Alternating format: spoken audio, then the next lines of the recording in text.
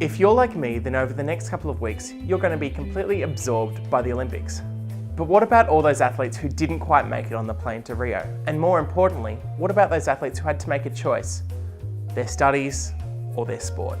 Nina Curry is a sixth-year combined law and commerce student here at Sydney University.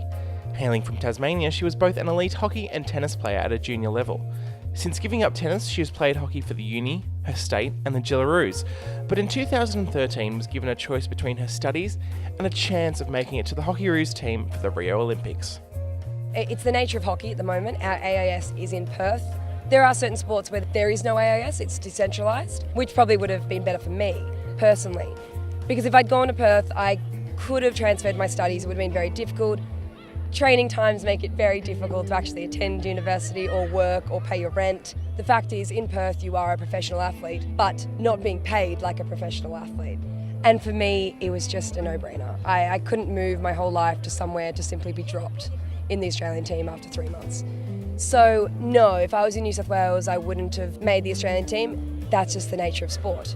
You know, it's kind of shattering. It's exciting, but it's also heartbreaking. And if you speak to athletes, they say they perform best on the field when they have other things going on.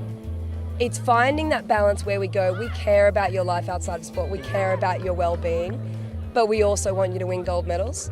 It's a hard balance to find, and I think maybe the American colleges have kind of nailed that because they give their athletes life after sport. So over the next 2 weeks, while you're cheering on our athletes to gold medals, remember, it's not as easy as it looks.